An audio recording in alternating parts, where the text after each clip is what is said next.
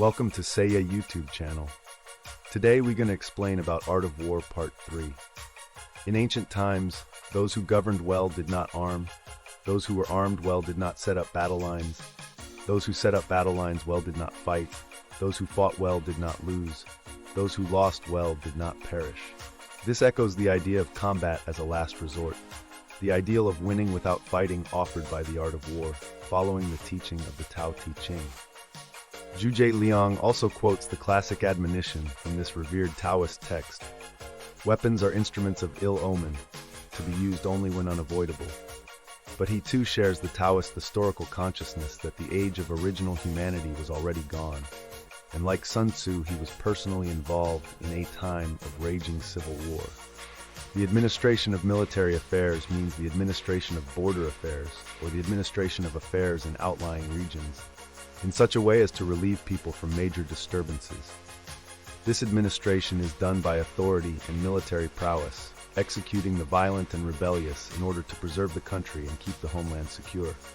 This is why civilization requires the existence of military preparedness. It is for this reason that beasts have claws and fangs. When they are joyful, they play with each other. When angry, they attack each other.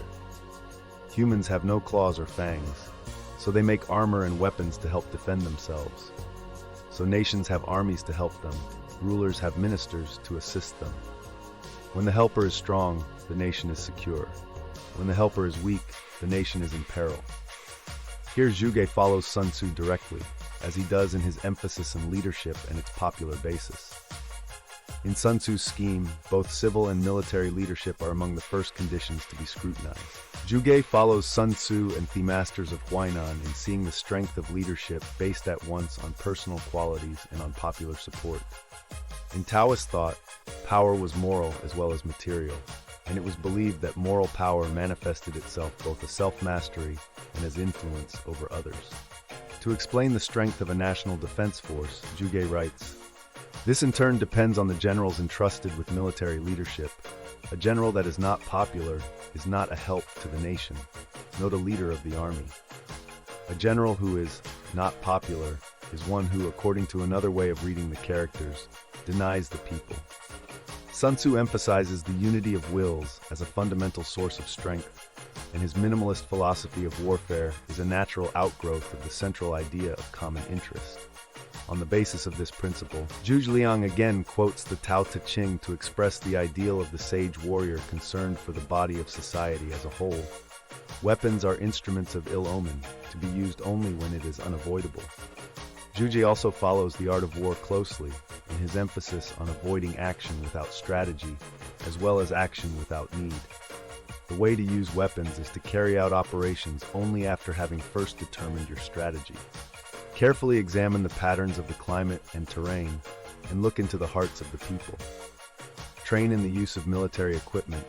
Make patterns of rewards and punishments clear. Observe the strategy of opponents. Watch out for dangerous passes en route. Distinguish places of safety and danger. Find out the conditions of both sides. Be aware of when to advance and when to withdraw.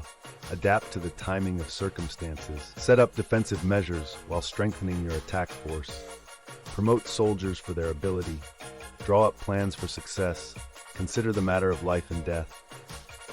Only when you have done all this can you send forth armies entrusted to generals that will reach out with the power to capture opponents. Speed and coordination, central to success in battle according to Sun Tzu's art of war, also derive not only from strategic preparedness, but from the psychological cohesion on which leadership depends. Zhuge writes, "A general is a commander, a useful tool for a nation. First determining strategy, then carrying it out, his command is as though borne afloat on a torrent. His conquest is like a hawk striking its prey. Like a drawn bow when still, like a machine starting up in action, he breaks through wherever he turns, and even powerful enemies perish." If the general has no foresight and the soldiers lack impetus, mere strategy without unification of wills cannot suffice to strike fear into an enemy, even if you have 1,000,000 troops. Mentioning Sun Tzu's classic as the ultimate manual for successful strategy, Zhuge concludes his essay on military organization by summing up the main points of the art of war as he incorporated them into his own practice, centering on those aspects of the training and mood of warriors that derive from Taoist tradition. Have no hard feelings toward anyone who has not shown you enmity. Do not fight with anyone who does not oppose you. The effective skill of an engineer can only be seen by the eyes of an expert. The operation of plans in battle can only be set in action through the strategy of Sun Tzu. Following Sun Tzu, Zhuge emphasizes the advantages of unexpectedness and speed. Capable of reversing otherwise insurmountable odds, planning should be secret, attack should be swift. When an army takes its objective like a hawk striking its prey, and battles like a river broken through a dam, its opponents will scatter before the army tires. This is the use of the momentum of an army. As mentioned before, among the main points of emphasis in Sun Tzu's art of war is objectivity, and his classic teaches how to assess situations in a dispassionate manner. Zhuge also follows Sun in this, stressing the advantage of carefully calculated action. Those who are skilled in combat do not become angered. Those who are skilled at winning do not become afraid. Thus the wise win before they fight, while the ignorant fight to win. Here Zhuge quotes the art of war directly, adding Sun Tzu's warnings about the consequences of poor planning, wasteful actions, and wasteful personnel. A country is exhausted when it must buy its supplies at high prices, and is impoverished when it ships supplies long distances. Attacks should not be repeated. Battles should not be multiplied. Use strength according to capacity, aware that it will be spent with excessive use. Get rid of the worthless, and the country can be peaceful. Get rid of the incompetent, and the country can be profited. Finally, Zhuge goes on in the tradition of the Tao Te Ching, the art of war, and the masters of Huainan to give victory to the unfathomable. A skilled attack is one against which opponents do not know how to defend. A skilled defense is one which opponents do not know how to attack. Therefore, those skilled in defense are not so because of fortress walls. This is why high walls and deep moats do not guarantee security, while strong armor and effective weapons do not guarantee strength. If opponents want to hold firm, attack where they are unprepared. If opponents want to establish a battlefront, appear where they do not expect you. This idea of knowing while being unknown, repeated again and again as a key to success, is one of the strongest links between Taoist meditation and the art of war. For the secret to this art of invisibility is precisely the interior detachment cultivated by Taoists for attaining impersonal views of objective reality.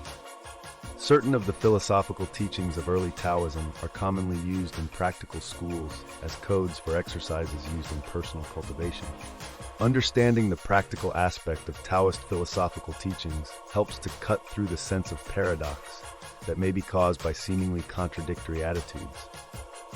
That Sun Tzu calmly teaches the ruthless art of war while condemning war may seem contradictory if this fact is seen outside the context of the total understanding of the human mentality fostered by Taoist learning. The simultaneous appreciation of very different points of view is a powerful Taoist technique whose understanding can resolve contradiction and paradox. The model of the paradox of the art of war can be seen in the Tao Te Ching.